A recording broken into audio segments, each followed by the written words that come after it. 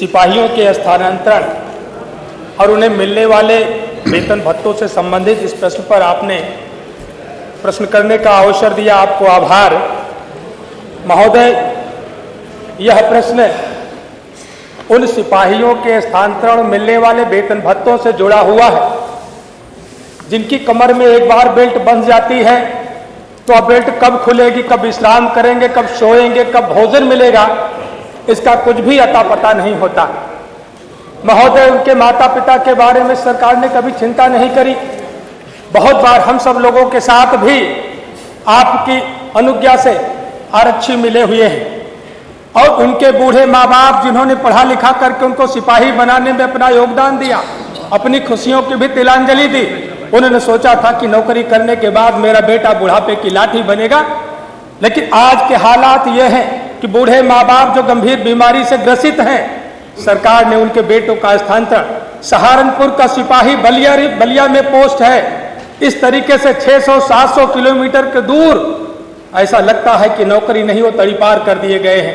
माननीय, इसलिए मैंने यह प्रश्न लगाया। 2019 माननीय मुख्यमंत्री जी बैठे हैं, आपके संज्ञान में देना चाहता हूं कि 2019 बैच के सिपाही 500 किलोमीटर से कम उनकी पोस्टिंग नहीं है, दूर दूर पड़े हुए हैं, लिहाजा उनके परिवार को प्रताड़ना मिलती है।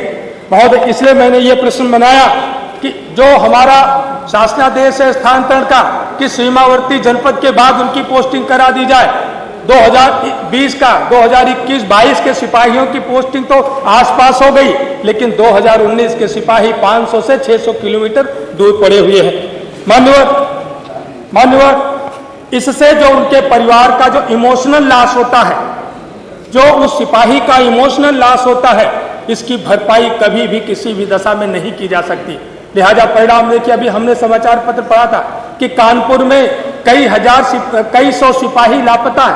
अनेकों जनपदों में इस तरह की सूचनाएं आती हैं कि सिपाही लापता है। माननीय, इनकी सैलरी के बारे में भी आसपास के जो स्टेट हैं, चाहे हरियाणा हो, पंजाब हो, दिल्ली हो, महाराष्ट्र, स्थानांतरण नीति के बारे में पूछे ना, जी, इनका प्रारंभिक जो उत्तर प्रदेश के सिपाही हैं, इनका प्रारंभिक वेतन 21,700 है और हरियाणा, पंजाब, महाराष्ट्र, दिल्ली के सिपाहियों का प्रारंभिक वेतन 35,000 से 50,000 है। मानो इनको मिलने वाले भत्तों में सरकार ने कभी ध्यान नहीं दिया। अभी माननीय मुख्यमंत्री जी का जवाब इसमें है राशन भत्ता, जो भोजन पौष्टिक आहार का भत्ता 1875 रुपए माननीय पुलिस लाइन से लेकर के कहीं पर भी जो कैंटीन पुलिस विभाग की चल रही होगी उसमें जो खर्च लिया जा रहा होगा, अगर उसको भी देखेंगे तो एक सिपाही का एक महीने का कम से कम 3,000 रुपए जरूर उनके खाने में खर्च दिखाया जाता होगा।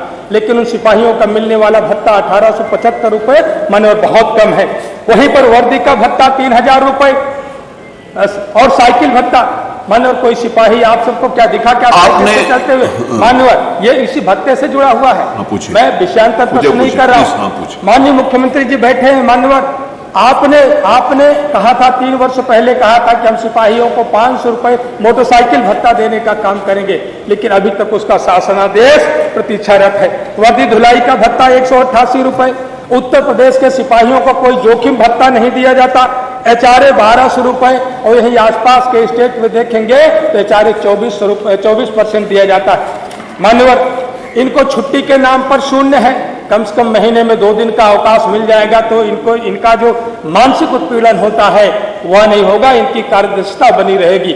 मान्यवर, इसीलिए मैंने और खास तौर से एक महिला सिपाहियों की जो समस्या बैरकों में है, इनको आवासीय सुविधाएं नहीं है, इनका परिवार कैसे चलेगा, बच्चे कैसे होंगे, उनको तरह तरह की असुविधाओं का सामना करना पड़ता है। तो उनको कम से कम आवासीय सुविधाएं बढ़ा दी जाए। माननीय, मैं अनुपूरक प्रश्न से पढ़ जा रहा हूँ।